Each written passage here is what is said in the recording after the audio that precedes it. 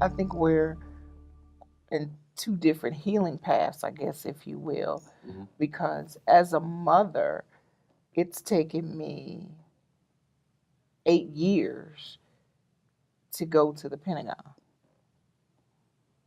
It's 13 years later, and I've never been to her gravesite where she's buried in Washington, D.C.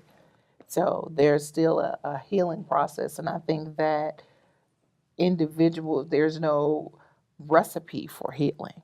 So some of the things that Clifton may need to do to go on or move on, he may be a little further along in some areas, and things that he does to cope are different than mine. And there's some memories that I just don't want to have. You know, although when we lost Asia, when we had a memorial service, we didn't have a body. Some people, they say goodbye through the funeral. For me, I was okay with that because I didn't want to have the memory of my child laying in a casket, have the memory of putting her in the ground. But Clifton is a little different.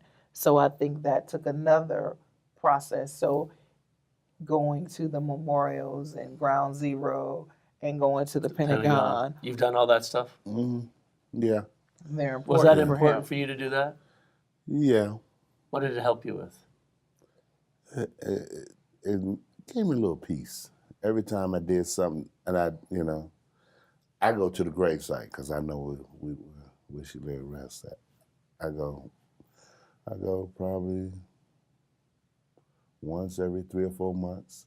Just go by, I visit them, went to Ground Zero, go to the Pentagon. I don't go to the Pentagon that often. I think, like she said, we went about 5 years ago. I don't even think it's been quite 5. 5 It might have years been when they about gave 3. us a private showing of the Pentagon and stuff, and the bench they had out there for. I think before that, for 8 to 9 years, I didn't even ride past the Pentagon. I go the opposite direction to go wherever I go. So you'd intentionally go out of the way of it? Yeah. Would you have a conversation about it? Or would you just go out of the way and you just know what was going on?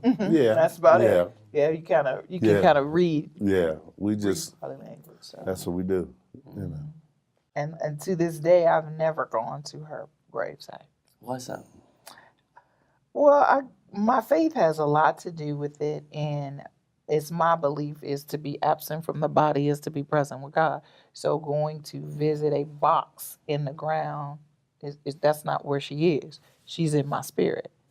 So, but that doesn't take away from the people who want to memorialize, who want to go and sit in that space and feel that that brings them closer to her.